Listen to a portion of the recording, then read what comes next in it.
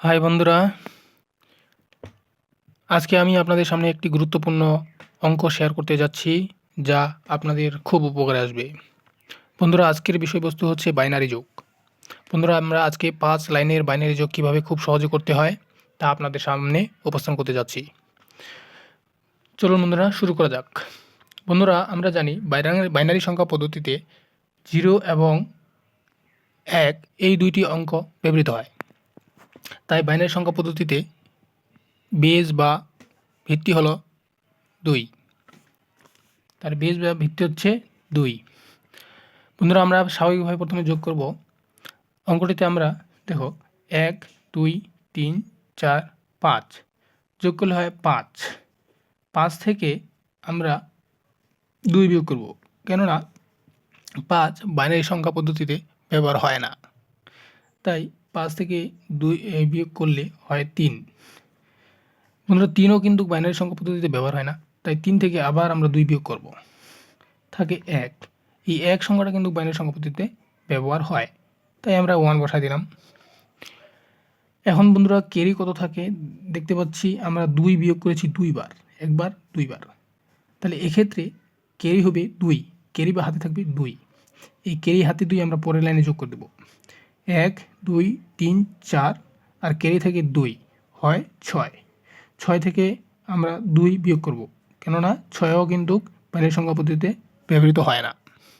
তাই 6 থেকে 2 বিয়োগ করলে হয় 4। 4 থেকে আবার 2 বিয়োগ করলে হয় 2, আবার 2 বিয়োগ করলে হয় 0।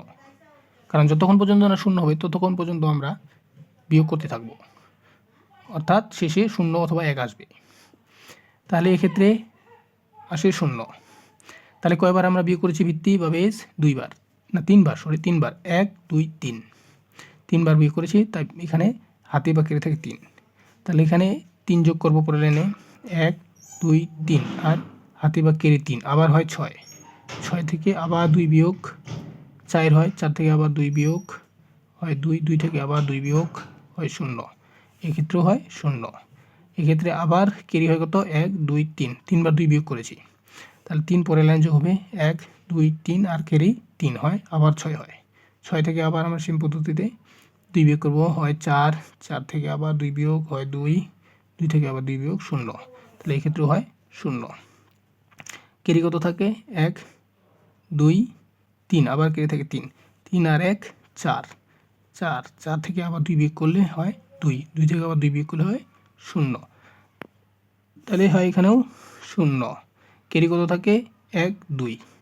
আমরা 2 বার বিয়োগ করেছি বন্ধুরা, সেই জন্য কেরি 2। 2 আর 1 হয় 3, 3 3 বসে না, তাই আবার 2 বিয়োগ, ঠিক আছে? 3 বসে না, আবার 2 বিয়োগ, তাহলে হয় 1।